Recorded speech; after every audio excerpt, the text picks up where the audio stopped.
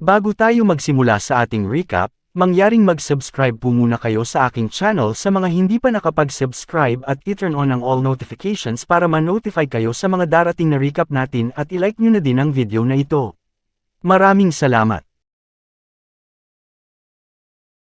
Ito ang mga nakaraang pangyayari. Hindi na nakapagpigil si Kafka na gamitin ang kanyang kaiju form para mailigtas lamang sa kapahamakan ang kanyang mga kasamahan. Sinuntok niya ang isang napakalaking Yojo bomb para hindi matamaan silang lahat na nasa ground. Matapos ang mga pangyayari, hinuli si Kafka at dinala siya sa custody para pag-aralan ang kanyang katawan. Nag-meeting ang mga malalaking tao sa Defense Force at pinanood nila ang paglabas ng Kaiju No. 8 sa loob ng Defense Force Training Camp. Hindi daw sila makapaniwala na may isang Kaiju na nakapasok sa loob ng Defense Force at isa din itong Daikeja class. Sabi pa ng isang Deputy Director of the Defense Force na si Kiju Itami, kailangan daw nila itong pagtuunan kaagad ng pansin.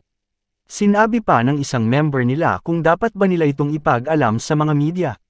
Sabi naman ng isang Chief of Staff ng Defense Force, dapat daw itong hindi ipagpaalam sa labas ng Defense Force katulad ng ginawa nila sa Kaiju No. 9. May narinig daw siyang usap-usapan sa isang bansa na ginagawa ang eksperimento ng Kaiju to human transplants. Tugon naman ng Deputy Director, ang nararapat daw nilang gawin ay palihim na patayin ang Kaiju No. 8 at gawin itong sandata daw para magamit nila ito panlaban sa mga Kaiju. Pero nagsalita ang isang lalaki na dapat din daw na i-consider na muna nilang gamitin ang Kaiju No. 8 bilang isang living weapon. Sabi naman ng Director General na si Isao Shinomiya, walang patutunguhan daw ang kanilang mga diskusyon. Dapat dalhin na muna nila ang Kaiju No. 8 at susubukan nila ito bago sila makapagdesisyon. Inutusan ni Director General Isao ang 3rd Division na dalhin nila ang Kaiju No. 8 sa kanilang headquarters. Sa kabilang banda naman, ito ang kasalukuyang sitwasyon ni Kafka na nakakontain sa isang lugar. Minomonitor naman ang mga vitals ni Kafka at ito ay stable naman daw at wala naman daw itong sinyales na mag-transform ito bilang isang Kaiju. Naitanong naman ni Kafka sa kanyang sarili kung ano daw ang mangyayari sa kanya matapos ang kanyang paglalantad bilang isang Kaiju sa harapan ng buong Defense Force. Bigla niyang naaalala ang mga sinabi ni Kokoro na kapag ang isang Kaiju na may tinataglay na kalakasan at makakuha ng isang number. Ang narinig daw niya na gagamitin nito ang katawan bilang isang bahagi ng kanilang special weapons. Posible din daw na mangyari ito kay Kafka.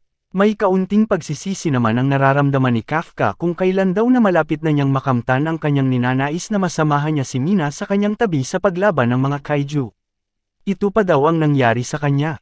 Inakala naman niya na si Mina ay nagagalit sa kanya.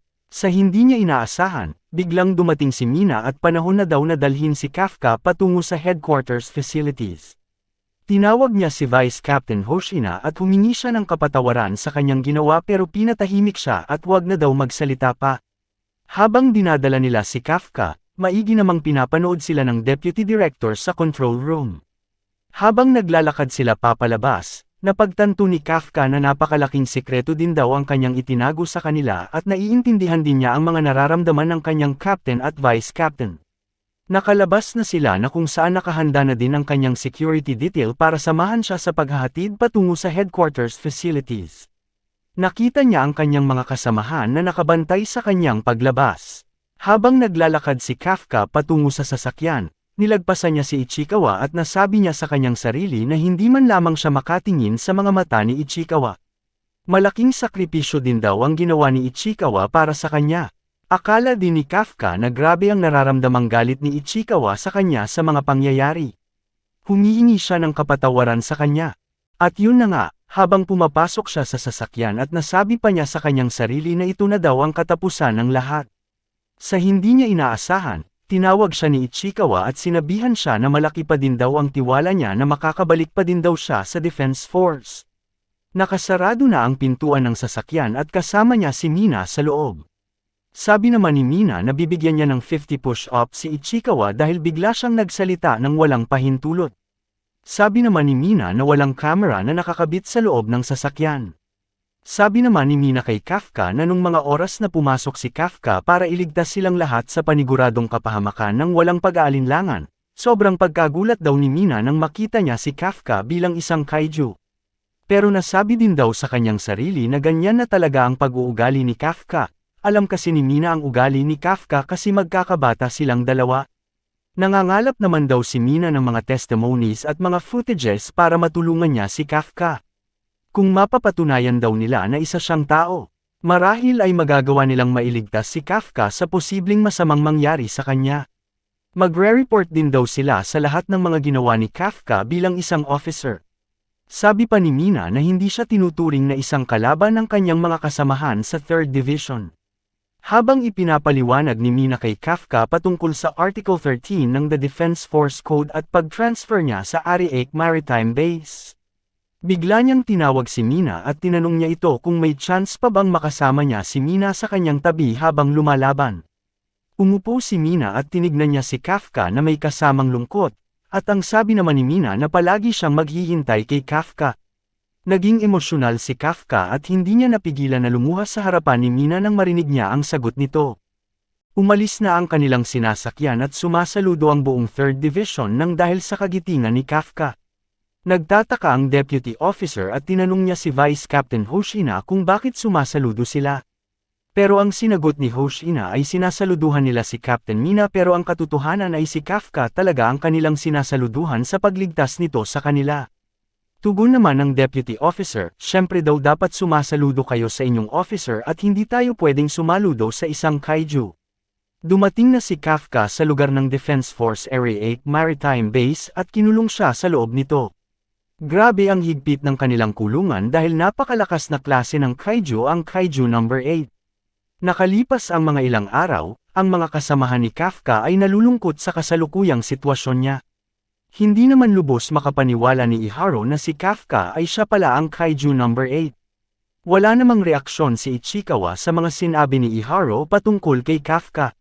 Nagsalita din ng isang babae na kasamahan nila at siya din daw ay iniligtas ni Kafka sa kapahamakan at matagumpay din daw na natuklasan niya ang mga kahinaan ng mga kaiju. Dagdag din niya na laging nakakaaliw daw si Kafka pagdating sa kanilang mga training. Tugon din naman ni Iharo na iniligtas din siya ni Kafka sa paniguradong kapahamakan. Sabi naman ng iba nilang kasamahan, hindi sila ang magbibigay ng desisyon kundi ang Neutralization Bureau mismo. Hindi daw nila maitatanggi ang katotohanan na ang isang tao ay naging kaiju at ito ay napakalaking bagay. Pag ang katotohanan daw ay kumalat sa labas, ito ang magiging dahilan ng pagpanik ng buong mundo. Sa kabilang banda naman, naging abala din si Mina sa pag-compile ng mga documents ni Kafka para maipakita ang mga nagawa ni Kafka bilang isang officer. Si Hoshina naman ay nag-iisa at lumilipad ang kanyang isipan. Tinanong si Hoshina kung ano ba daw ang mangyayari kay Kafka. Ang sagot naman ni Hoshina ay gusto niyang bumalik si Kafka sa kanila dahil sa una daw nilang paglalaban, hindi daw ginamit ni Kafka ang kanyang buong lakas. Sa susunod daw na pagkikita nila, siguradong maglalaban sila ng tunay.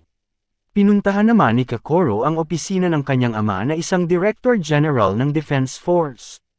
Pumasok si Kokoro at tinanong siya ng kanyang ama kung ano ba daw ang kanyang kailangan sa kanya. Tatawagin sana niyang daddy pero hindi niya tinuloy at sumaludo siya at tinawag niya ang kanyang ama na Director General Shinomiya.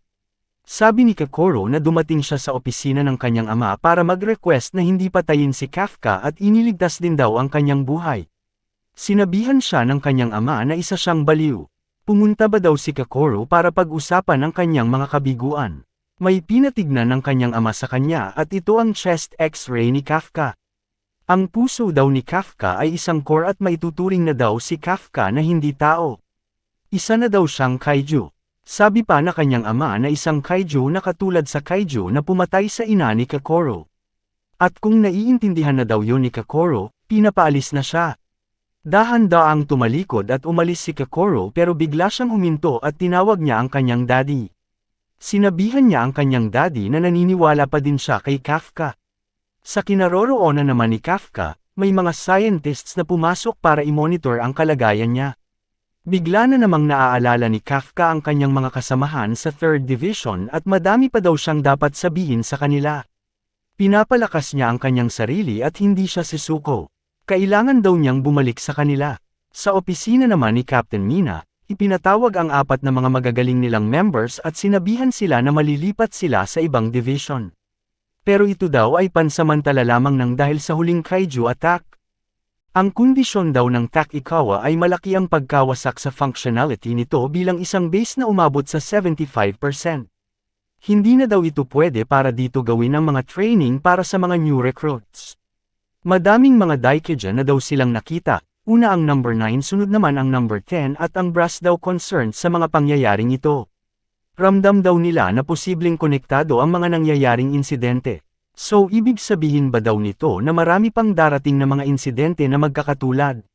Naitanong naman ni Iharo, hindi lang daw marami. Posibleng marami at magkakasabay ang mga pag-atake ng mga kaiju sa hinaharap. Dapat daw silang maging handa at silang 4 daw ang susi, sabi pa ni Mina. Kukunin daw nila ang mga pinakamagagaling na mga rookies sa lahat ng mga divisions at bigyan sila ng training sa magkaibang mga divisions. Sabi naman ni Izumo na baka dahil ito kay Kafka kaya pinaghihiwalay ang mga malalapit niyang mga kaibigan at imo-monitor sila. Sabi naman ni Mina na hindi daw yun ang dahilan kung bakit ililipat sila sa ibang division. Matagal na daw ang plano nilang ito para palakasin ang mga rookies na magagaling. Walang kinalaman daw ito kay Kafka. Hindi sigurado ang iba na papayag na mailipat sila sa ibang division pero si Ichikawa ay walang pagdadalawang isip na mailipat siya sa ibang division. Hindi nagpapigil si Ichikawa sa kanyang desisyon na kahit pa sila ay magkakahiwalay na. Si Izumo ay nakaupo sa labas at narinig niya si Kaguragi na may kausap sa telepono. Narinig niya na may gustong iligtas siya at yun ay si Kafka. Ang kausap pala ni Kaguragi sa telepono ay ang kanyang former commander sa JSDF. Gusto pala niyang mangyari na ma-introduce siya na kung sino man ang pinakaimportanteng tao na makakatulong kay Kafka. Sabi naman ni Izumo na nasorpresa siya sa ginawa ni Kaguragi. Hindi niya inakala na si Kaguragi ay marunong ding humingi ng personal na pabor. Tugon naman ni Kaguragi na sinabi niya noon na ayaw niyang may mawala na kahit sino man sa kanilang grupo. Si Kafka Habino daw ay member din ng the 3rd Division kagaya nila. Balik naman tayo sa lugar na kung saan nakakontent si Kafka. Naaalala niya ang mga sinabi ni Mina na kung kaya daw nilang mapatunayan na isa pa din siyang tao, baka daw ay kaya pa nilang mailigtas ang buhay niya. Napagtanto na ni Kafka na tama ang lahat ng mga sinabi ni Mina. Gagawin daw ni Kafka ang lahat para mapatunayan lamang na isa pa din siyang tao at babalikan niya ang kanyang mga kasamahan sa 3rd Division. Sa hindi inaasahang pagkakataon, biglang dumating si Director General Shinomiya at hindi makapaniwala ni Kafka sa kanyang nakikita. Si Kakoru naman ay nasa operating room kasama ang deputy officer na nanunood sa pagpasok ng kanyang ama. Sabi naman ng deputy officer na hindi niya inaakala na bisitahin ng personal si Kafka ng isang director general mismo. Si Kafka naman ay pilit niyang sinasabi kay Director General na hindi siya isang kaiju. Inutusan ng mga operator na tanggalin ang nakagapos kay Kafka pero nag-aalinlangan ang mga operator na gawin yun dahil siya ang kaiju number 8 daw. Pero sabi naman ng director sa operator na sino ba daw sa tingin nila ang kanilang kinakausap. Sabi naman ni Director Shinomiya na kung isang Daikeja class talaga si Kafka, madali lang daw matanggal ang mga nakagapos sa kanya gamit lamang ang pagwasiwas ng kanyang mga kamay. Ganun kalakas ang isang Daikeja class.